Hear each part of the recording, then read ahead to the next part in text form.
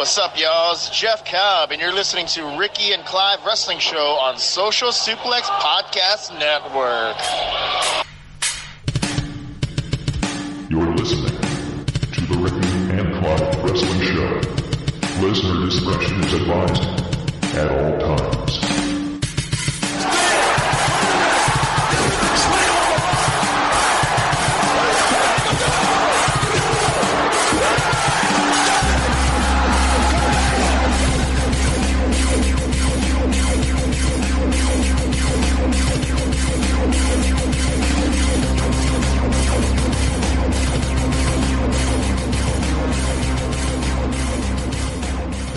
Thank you once again for downloading and listening to another episode of the Ricky and Clive Wrestling Show, part of the Social Suplex Podcast Network. My name is Clive, and I'm joined by Ricky.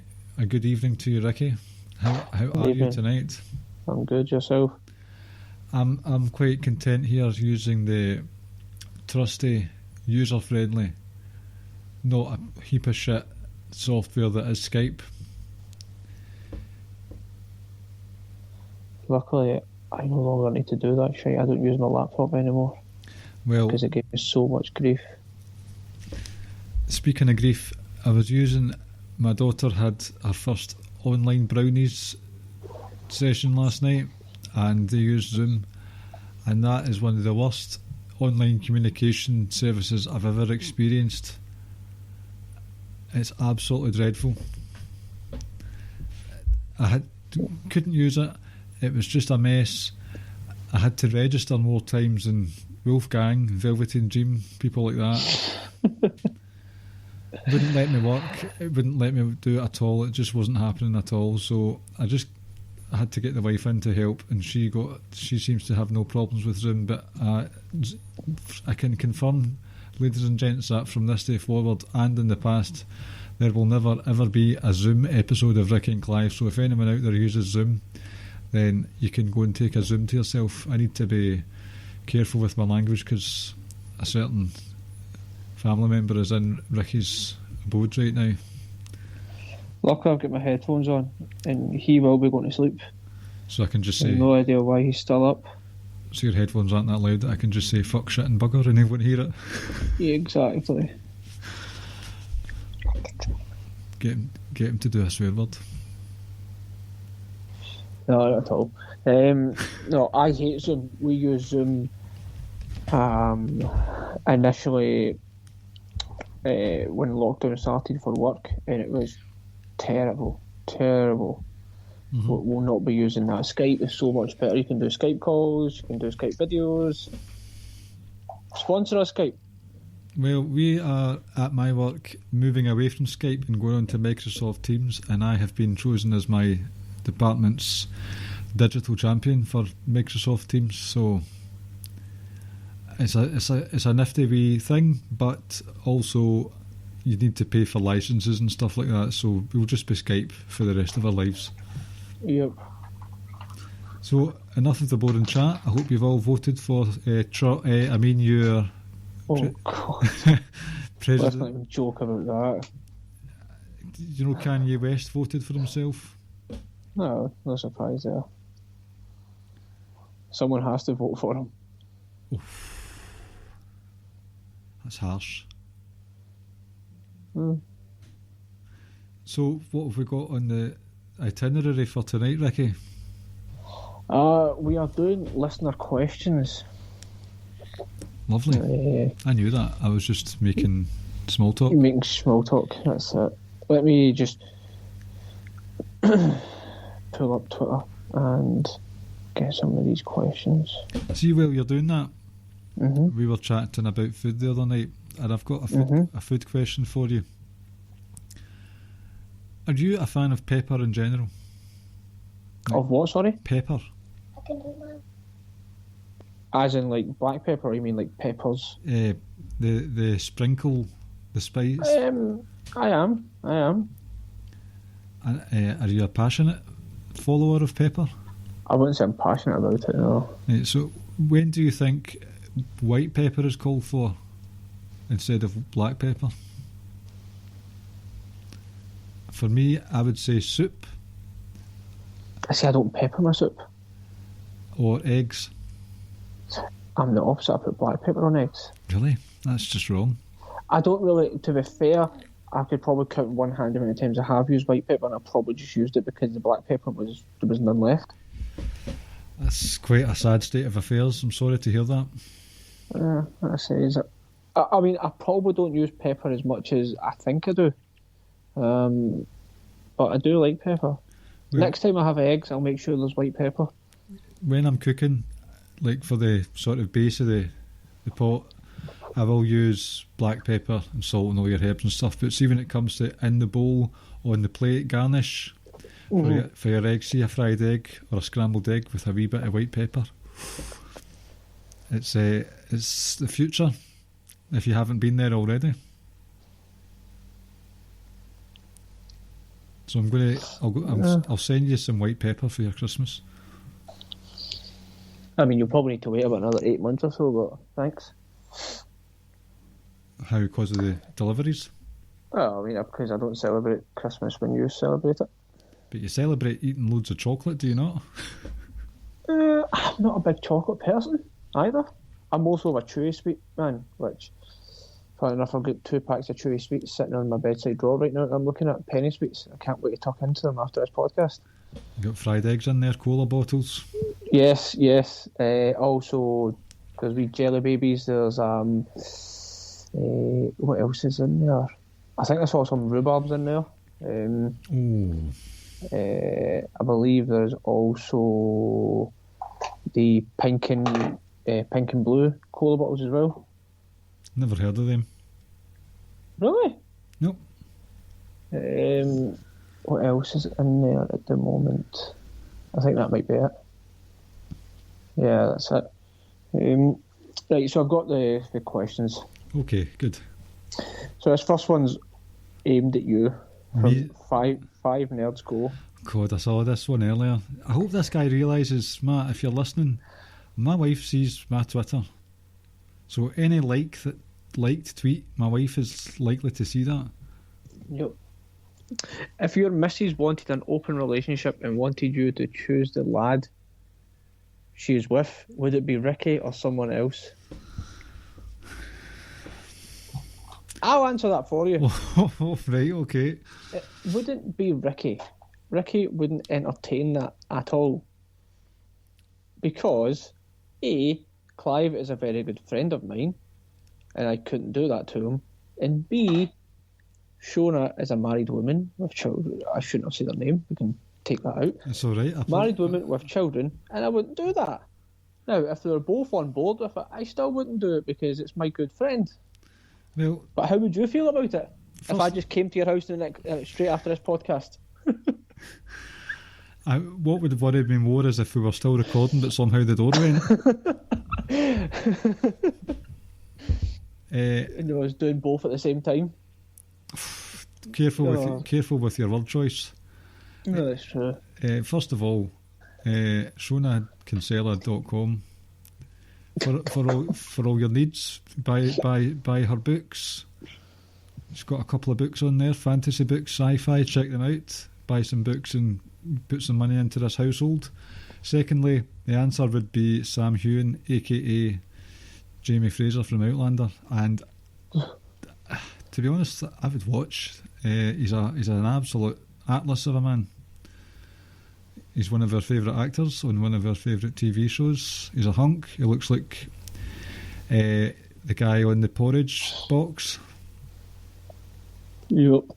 He's beautiful. So that's my answer, Matt. Thanks for making possible future Twitter interactions between my wife and myself heavily awkward. Right, so we'll move on. Second question. There's a few here from Rans, so here we go.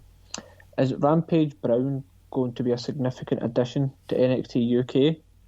And the second part of that question, will him, Ben Carter, and Miko Satomura enough diversity to make that roster feel fresh again?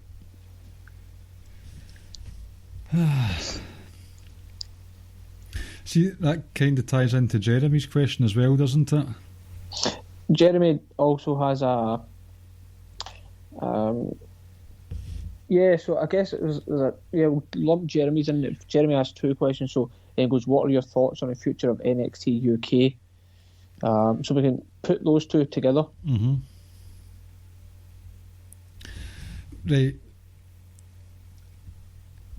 Right. What's his face?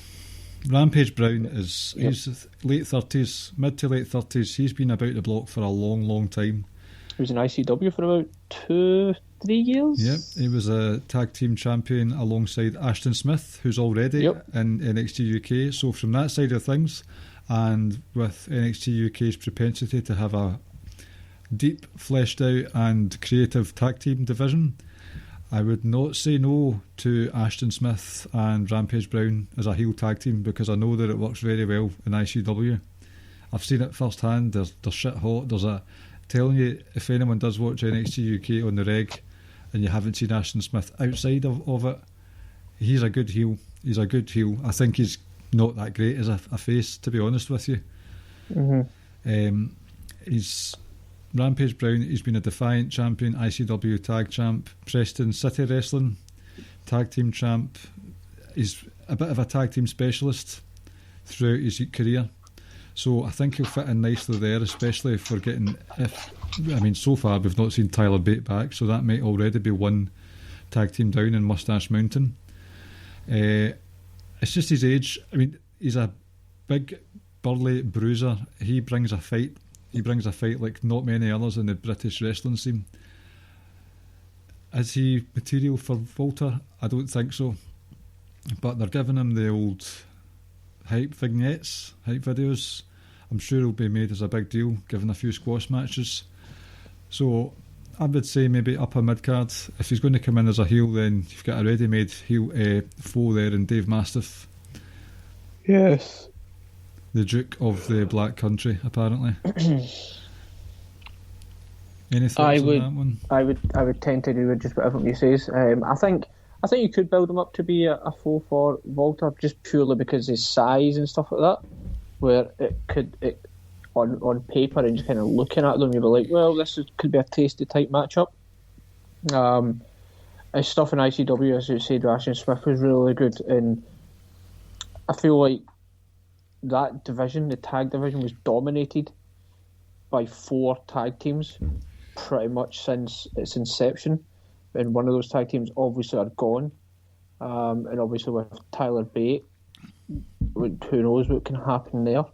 So if we do go down the route of having him and Ashton Smith together, at least that's another heel tag team potentially replacing the Vets in that spot, which, that I'm on board with that.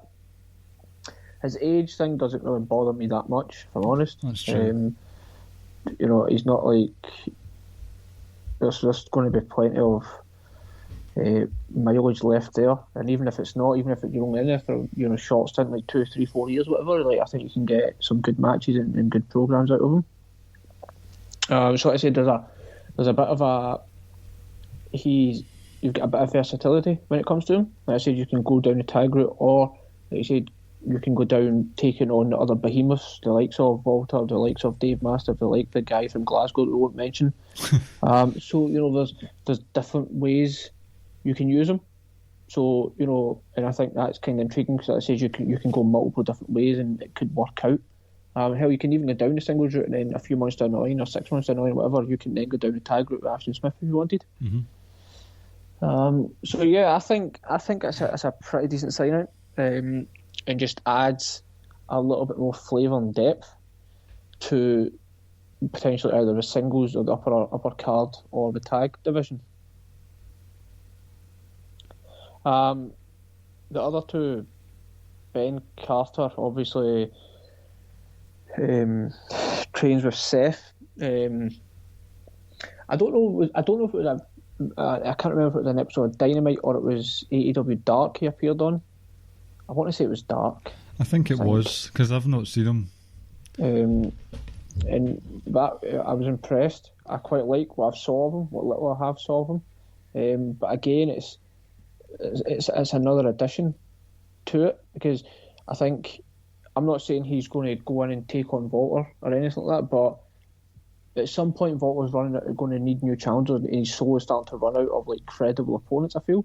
I think so too. Because if you look at the ones he's went through, obviously 3 members of Mustache Mountain, Dragunov, the guy from Glasgow, and you kind of now look, right, well, where's your next credible opponent coming from? Sure, you can. I think, has he not already had it? I think he's had a match Mastiff as well. I can't. Yes. I don't know if it was non-title or not, but he certainly had that match. There was a title match on TV before COVID. Yeah. So, like I says, that'll be another wrinkle, another person in there that it just adds a little bit more depth. Because I think, for me, a lot of the issue when it comes to NXT UK is that I feel like it's slightly too top heavy, especially in the women's and the tag. And I suppose you've still got A-Kid still there, but again, there's going to be issues coming in and out of the country and stuff like that as well. So I think that also helps with the signing of Ben Carter as well. So yeah, like, I'm definitely intrigued by it. Definitely looking forward to it. Like I says, even if he's not going into the feud with Walter, like, you know, there's people there for him, straight out the gate, where you can kind of be like, well, they'll be interesting matchups. See, the women are quite top heavy as well. Very. Kaylee Ray's moved through the top competition. We don't know how involved Satomura's going to be, because it said. See, I thought she was a trainer. First and foremost, she's going to be a trainer, and she will be used as on-air talent. Now, on-air talent, we've spoken about not supporting NXT UK going forward. I did watch the episode last week there. We'll touch on that shortly. See, with Satomura coming in, and the possibility of seeing her working alongside Kaylee Ray and Piper, and I know a few of the other women have worked in Japan as well. That's tasty. That's very, very tasty. Well, like I said, I was surprised reading the question. I just thought she wasn't going into on-air talent, but yeah, like I say, straight away, like, Kaylee Ray needs new credible opponents, and like, I wouldn't go with this matchup straight out the gate because I'd like it to be built a little bit. But yeah, like, that'll be. She's a great addition to it. Like, so surprising as well. It is. It's a like, shocker. When I saw it, like, I was like, what? You know, like, I was really taken aback by it. I was like, that. It made no sense whatsoever to me. Why? Not so much why they wanted to sign her, but why she was going to NXT UK. If anything, she would be going to NXT.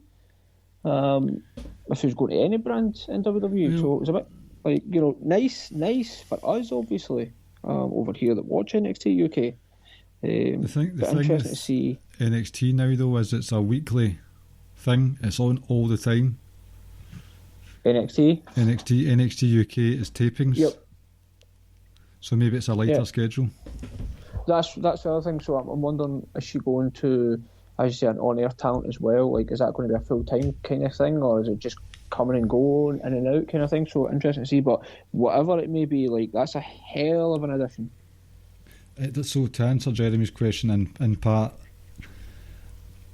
the women's division has been all right, a bit too top heavy, but I think we're starting to see some more top tier competition coming in, because the likes of Zaya Brookside, Nina Samuels, Isla Dawn, they're good. Ginny, they are good, very good, but they've not been presented as top tier talent, whereas Satomura can just waltz in straight away. It's like, right, she's a big enough name, she's a big deal. So that could bring me back into it. That could, I mean, look at the women's division in NXT. That's just wall to wall excellence there. Yeah. So hopefully something similar happens across the pond. Yeah, and obviously, my answer to Jeremy's, I think those three add a lot of freshness to it. It was kind of nice to see Pete Dunne Like, well, obviously we've not watched it, but it's just nice to see Pete Dunne back on NXT UK. Just I know it was temporary. For the future of it, like I said, I think those three add a lot to it. A lot to it. From a personal point of view, I do want to start watching it again because there's a lot of people on that roster that I do enjoy watching. And I feel like I may well start watching it again, but not take an active interest in one or two people on the roster. Because, and we'll touch on it in a minute, the match from last week, Volta and Dragunov, I wouldn't have watched that unless I was told to. Unless it was hyped as much as it was. Yep. And I missed it at live because I didn't want to watch NXT UK, but I feel like I may well get back into it. But in terms of NXT UK in its future, like, I still feel good about it. Like, I've never made out like this is a fourth brand of WWE and we're ready to take everyone on, blah blah blah blah blah blah blah. Well, I think we've always had the same mentality. So, well, we've got our own version of NXT over here. Like, it's excellent. It's catered just for us. It's people that we know. It's at a time that's good for us. I still feel good about the future of NXT UK. Like, and a lot of people might want to criticise it and say negative stuff about it. And it's like, well, look, I don't care what anyone says, but one of a few of the best wrestlers in the world reside in NXT UK. Like, maybe not the best, but we've got guys who are legitimately, like, you know, up there with a lot of people. Like, we had Pete Dunne for a long time. We had the Vets. We had Mustache Mountain. We've got Volta.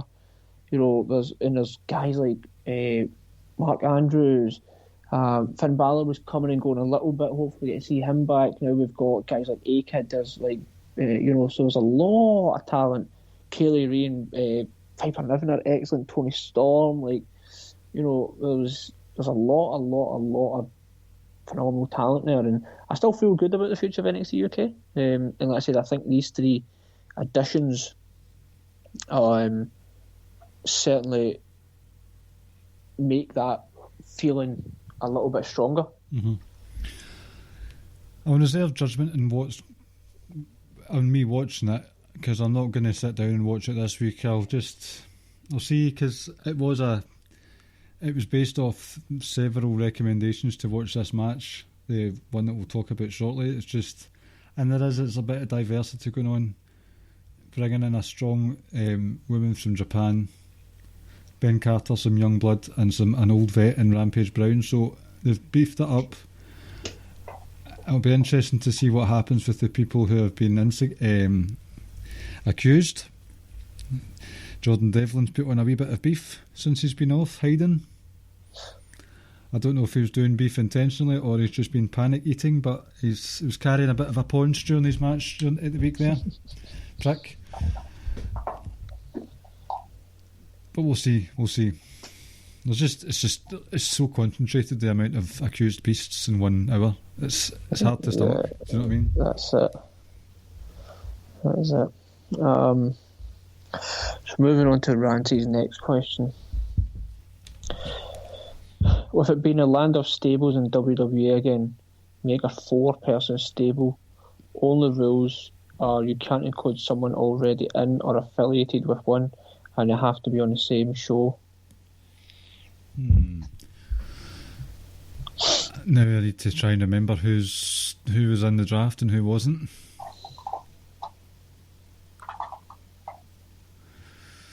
Right. Drew Gulak moved to Raw, didn't he? I think so. Alright, okay.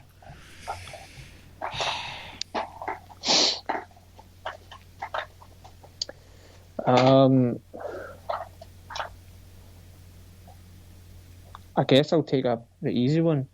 Roman, the Usos, and Lord knows where Tamina is. But I would have said Nia Jax, but she's on Raw, she not. What about Naomi? Possibly, actually. But I was going with the Samoan bloodline. But yeah, you could go Naomi. She ties in there.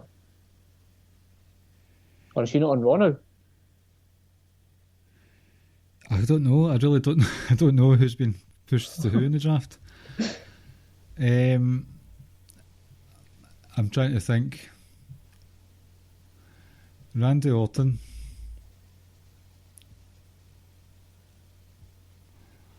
See, I'm trying to think of who's second or third generation. Just to sort of do another. I need to pull up the body. Randy Orton. Let's bring up the Raw roster. That's what I was about to do. Because the plan is for Randy Orton to do another legacy. I gathered. And for them to be better than the other legacy that he had.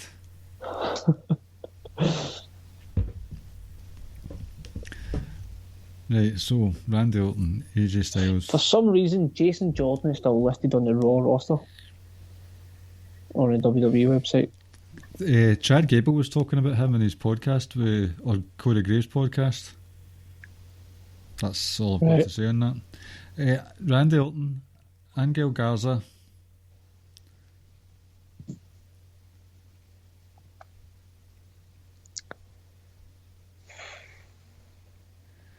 This is difficult. Mandy Rose. I don't know if she's second generation or not, but I think she would work well with Randy Orton. Randy and Mandy. So Randy Orton, Mandy Rose,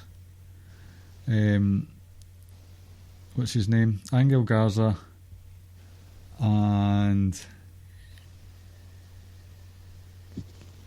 Dabba-Kato for a bit of muscle. Alright. Naomi, Tamina is on SmackDown, but I don't see Naomi.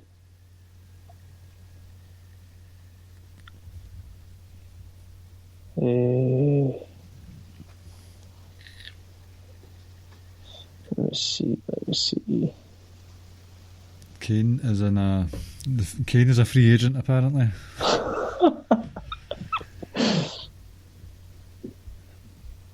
Yeah, I'll just stick with my 4.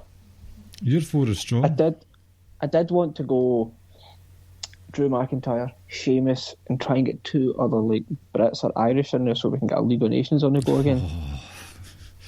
And I know League of Nations had a Bulgarian and a Mexican, but still, I want to try and get an old British or British and Irish version of it, but I don't think I can. So I'm going for Randy, Mandy, Dabba-Kato, and Angel Garza. I think that's a solid grouping there, if I'm being honest.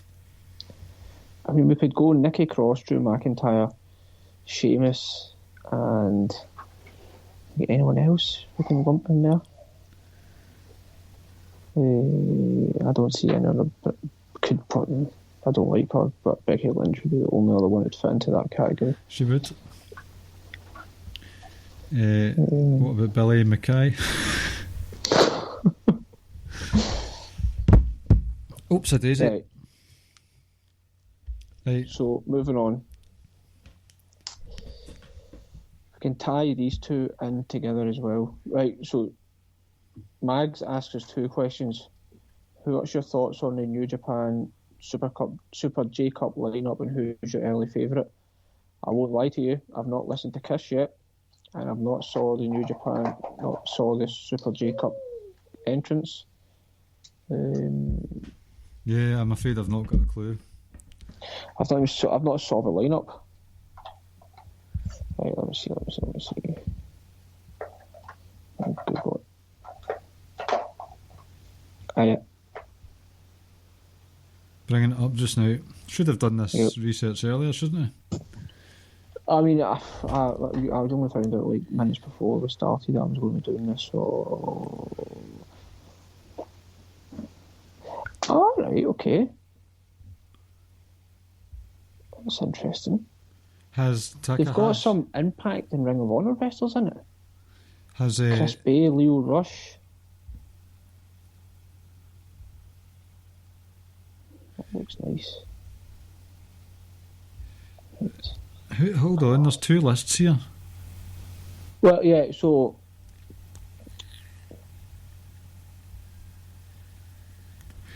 Old TJP still floating about.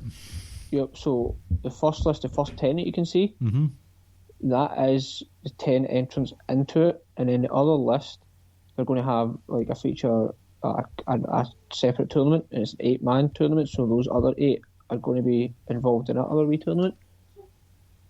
Right, okay.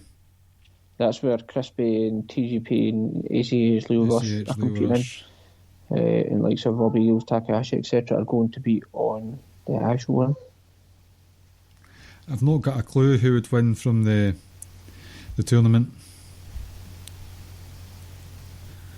But I would say, out of just sheer bias, Hiromu Takahashi will win it.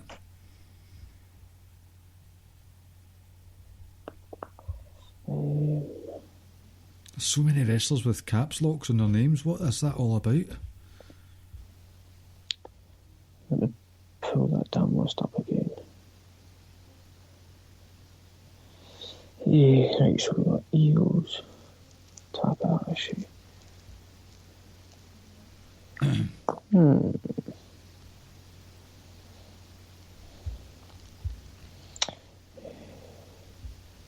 I'll probably go Takahashi as well. Is that from experience or just because? Both. I probably want him to win it, and just watching it as well. Did they win it last year? I didn't watch last year. Let's say our answer's Takahashi then. No, wait. Because we're clearly out of our depths at this current moment in time. No, I've just been put on the spot. I know. Should have done our research. But this is a Ricky and Clive show. We don't know what research is. Will we move on to the next question? Yep. I'm still looking this over this damn list. I do like Robbie Eagles though. Mm-hmm. So Bushy. So there's a few in there I do like. But yeah, we'll move on. Sorry, Max. Let me pull the list up again. I lost the questions. Right. So the next question is from, again, we can tie them in. Okay. From Rance and Mags, they both kind of asked generally the same kind of question. Yes, I know where we're going here. Yep, so Rance is asking, what is the correct way to report on wrestlers with mystery situations, particularly if they miss a scheduled show or appearance? And obviously this is in light of Kaylee Ray's recent issues, and that's what Mags is asking in the frank discussion between Tom and Ross on Cultaholic. What are your thoughts on mental health in the wrestling sphere? I never saw that discussion, so I don't know what was said. Yeah. I saw Mags' tweet about the podcast in question, and I haven't listened to it yet, but it has piqued my interest. Right. And I have got a couple of things to say about this, because... On you go. Right. So, with regards to Kylie Ray's no-show at Impact, Bound for Glory, and the sudden departure from her Patreon. I always say Patreon for some reason. Sudden departure from Patreon and seemingly from the professional wrestling world. That speaks of someone who does have mental health issues, because we all know, you and I know, and that many people listening know, that mental health can just be turned off and on like a light switch, good or bad. So there's a chance that she's just had a quick breakdown of some description and she's not been well. Hats off to her, by the way, for waiting until the day after Patreon charges to say that she's quitting. Got to get that money in, ladies and gents. But apart from that, Rance and Co talked about this on Outsider's Edge last week, where she seems to get a pass, and I think Rich was talking about this in the Social Suplex group as well. She seems to have been getting a pass for her mental health, but others haven't. Others are treated like shit. ACH's name was mentioned, where there's clearly some mental health issues, but we're still going to dog on them anyway. when it comes to this, and when people no show events, you should be. I would say it should be TNA that deals with that internally. If you're no showing events, if it's Patreon and you're reneging on your contract with your customers, then that's something that you should deal with them. With regards to the reporting side of it, this is where it turns into a bit of a minefield or a can of worms, because, as Rance was saying, and Rich, if you're going to report on someone, either report on someone and go all in and and analysing their mental health, right? Or you don't touch it at all, because if you're going to have one rule for one wrestler, you've got to have the same rule for everyone else. You either leave them alone or you go all in and back yourself up. Be responsible for your own actions, which leads me to the other point about being responsible for your own actions. Just had to pause there. Ricky's had to leave with no unforeseen circumstances and all that stuff, so shout out to Ricky. Hope you're doing alright. Need to just keep hammering on. No point in stopping the podcast now.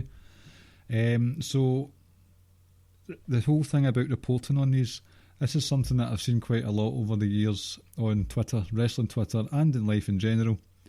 It's when people have been reported on. It reminds me of that piece of shit Ryan Satin last year after WrestleMania, where there was the rumours going about that Sasha and Bayley were having a temper tantrum in a hallway, a corridor of a hotel after their loss at WrestleMania. Whether true or not, that is obviously making a commentary on Sasha Banks' and Bayley's, but mostly it was Sasha that was talked about because she left after it. It's making a commentary on Sasha's mental health, and the echo chamber started. People started piling on, whether in support or against Sasha. Obviously that's going to have an effect on her mental health. For Ryan Satin to believe that to not understand that it wouldn't is terribly irresponsible of him. And then what did he do later on? Played the mental health card. I shouldn't have done it. I played the mental health card. He had mental health issues, as if that should get him a pass. We saw, some of you may know of Wilf in the wrestling community last year. Brainbusters Radio was doing so well, and then he just had a breakdown of some description, treated everyone like shite for a while, and then later on it came to be that he was having some sort of mental health issues. Whether these are happening or not, whether they are legitimate, that's not the point. You can't go after people and then say, in fact, I shouldn't have done that. Oh, and by the way, I have mental health issues. Sort of Tom Colohue recently, where he'd been reporting some bogus or tweaked reports for Sportskeeda, I believe it was, where his legitimacy was questioned by people at Sportskeeda, and he came out saying, I'm sorry, I've been putting out false information, false dirt sheet reports for a wee while now. I've not had the best of mental health. There's another one. You're even seeing it in the likes of J.K. Rowling, who has been on some wild, bizarre, unnecessary, transphobic rant for God knows how long. Like, instead of just letting things lie, she's actively tweeting about it and joining campaigns about transphobia and how it's not right for people to feel differently. And it was getting to the point where she was having a bit of a PR nightmare online. And then all of a sudden, there's news reports coming out that she'd been assaulted earlier on. Horrible thing to happen. Definitely horrible. But don't tell me that that was not orchestrated to sort of do some damage control against her image, her public image. Because it most certainly was, in my maybe skewed opinion. But the point I'm trying to get at here is everyone has mental health issues. That is not everyone has, but many people have mental health issues.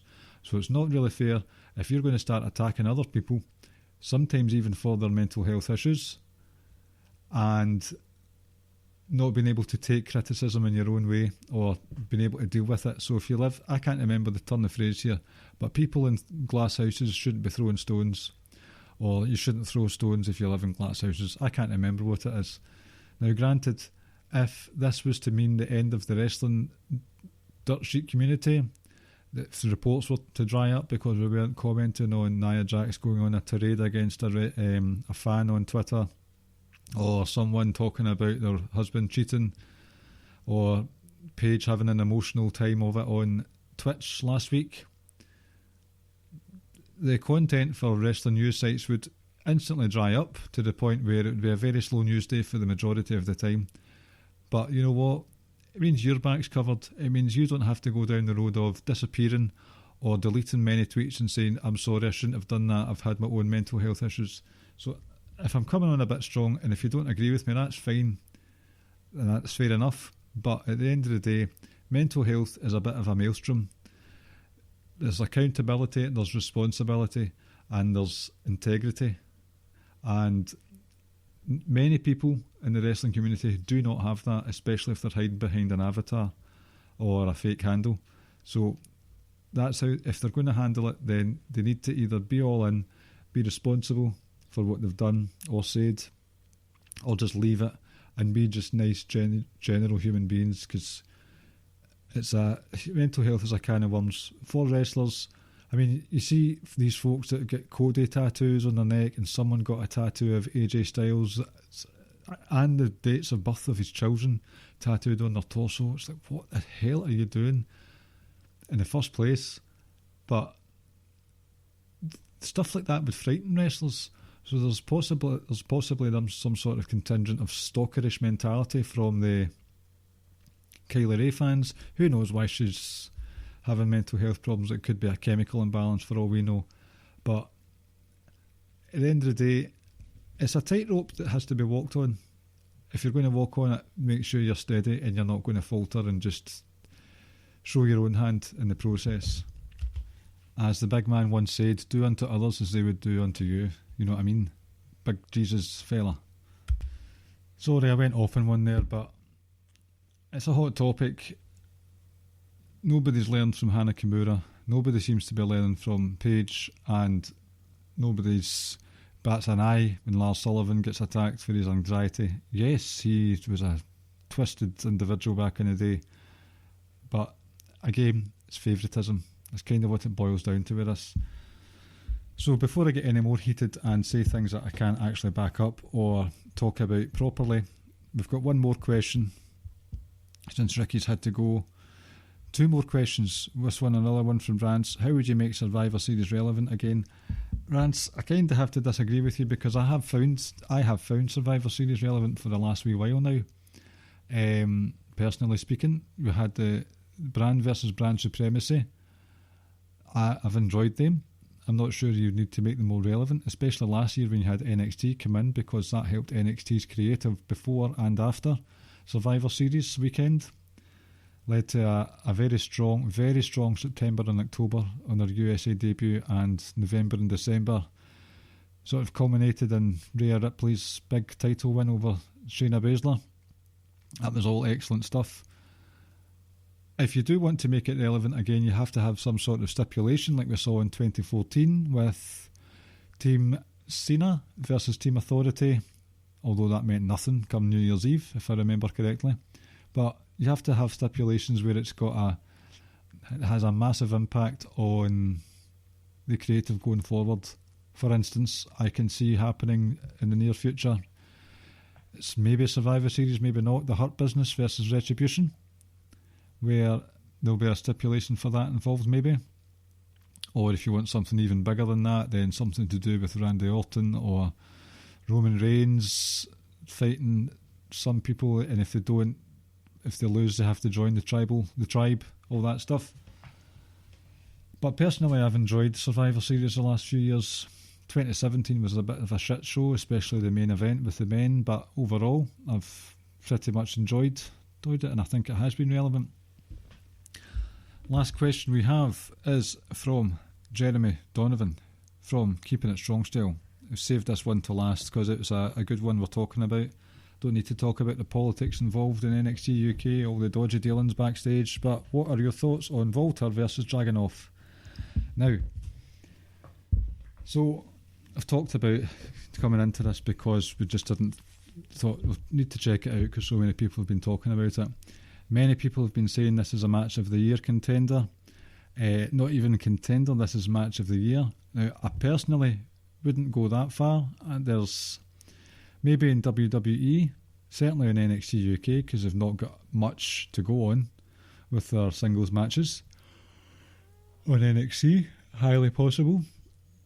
It's no secret that NXT hasn't reached the huge, massive heights that it reached 2018, especially 2019 maybe as well. So it is a contender for there. Raw and SmackDown, I mean, you've had AJ Styles and Daniel Bryan, Drew McIntyre's successful title defences on pay-per-view. There's been many people have been huge fans of the Royal Rumble match itself this year. So I think there are contenders for it to be involved in the conversation with main roster matches.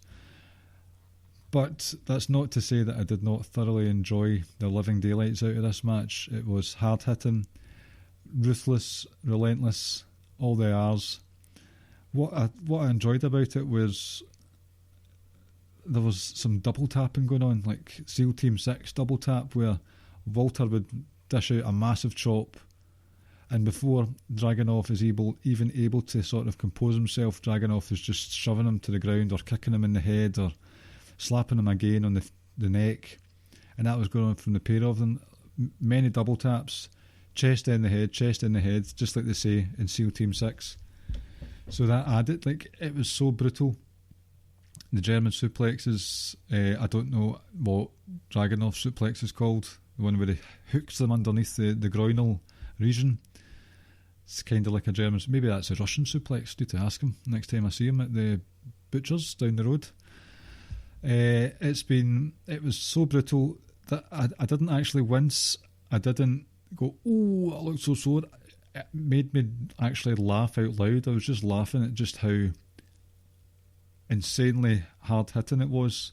All the double taps, the chests, this horrendous sounding chest chops, the clotheslines were brutal. Seeing Walter take a German suplex, taking a German suplex is a delight to see. There's something about Walter that I love. Like, it's a theme that occurs where there's just he's one of those ones where he comes across as calm and composed, but he's actually a pretty urgent and messy wrestler, and that's the kind of wrestling that I enjoy, urgent and messy. And he's clobbering about the ring like King Kong, trashing buildings, or Godzilla trashing buildings, taking no prisoners, just laying waste to everything and everyone in his path, shouting at people. He's a man possessed when he's in the mood, and Walter is regularly in the mood, which is a joy to see. I really like to play on the neck issues that Dragunov had, where he couldn't even do his torpedo on much in the way of offence because the neck was killing him so much he just collapsed to the floor. Blood, the black latex gloves were out. Dragunov was choked out. They sold the injury after the fact big time because, like, all the referees, it was like the referees came to break it up, even though it wasn't a pull apart brawl, and there was a respect between the two of them going in. This wasn't a pull apart brawl like the Roman Reigns and Triple H and Brock Lesnar, Undertaker and Samoa Joe, Kevin Owens and Sami Zayn, in NXT.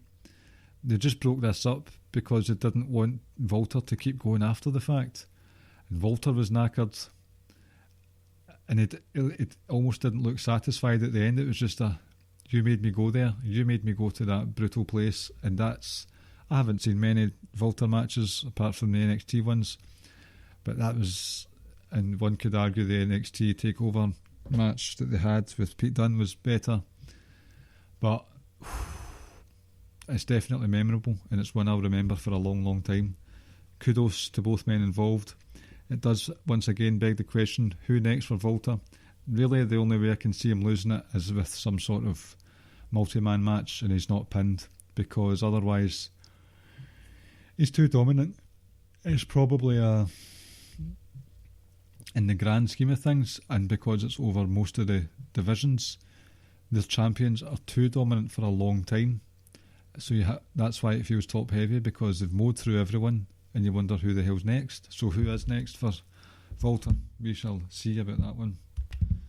So there we are, that's all the questions done. Sorry that it was cut short, but as I said, Ricky had to jump off with no notice, so it was a kind of an abrupt end, but we record on the seat of our pants these days.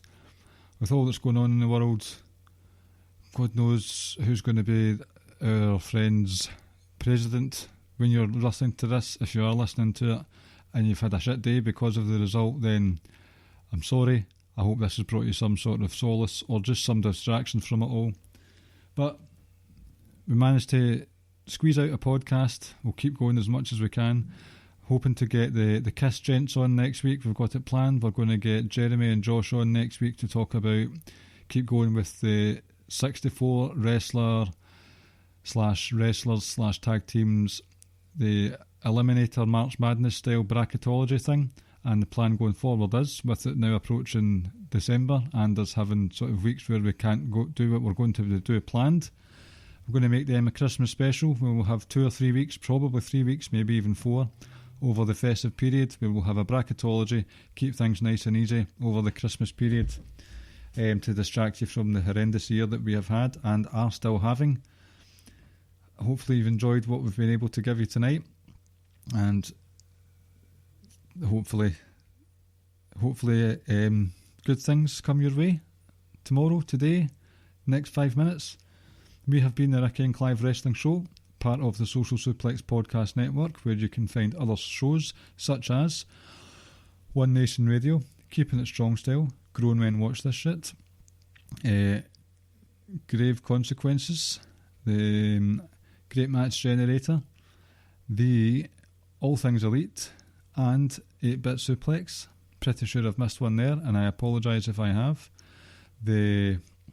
You can get all these podcasts at socialsuplex.com, as well as the columns that we do. If you put into the email, if you press subscribe on the email inbox, you'll get them sent directly to your inbox. I can't speak at all tonight now. I'm kind of flustered after being left on my own, but these things happen. I just need to get over it. What I meant to say was, you can press subscribe on the socialsuplex.com website and it will give you all the content we offer straight to your email inbox. Do not forget to go onto Apple Podcasts or the podcast app of your choice and give us a nice 5-star review to get the algorithms up and bouncing. And also, by the way, go to the show notes on our pod. You'll see links to donate to the show, to donate to Social Suplex as a whole, to get some t-shirts, prowrestlingtees.net, Social Suplex, and you'll find some t-shirts from us there. We are at Ricky and Clive on Twitter, and the Wrestling Square Circle is where you can find us on Facebook. Ladies and gents, thanks for listening. We are getting more unprofessional by the week, and we are becoming professional unprofessionals. That's going to be the tagline going forward. See when you see those things on Twitter, when it says, describe your podcast in one sentence. I'm just going to put professionally unprofessional. Don't know if that makes me sound like an artsy fartsy wanker, but if it does, then that's what I am. Thank you for listening. I believe Full Gear is this weekend. Enjoy Full Gear, and I'll speak to you next week. Good night. Thank you for listening to the Ricky and Clive Wrestling Podcast. We'll see you next time.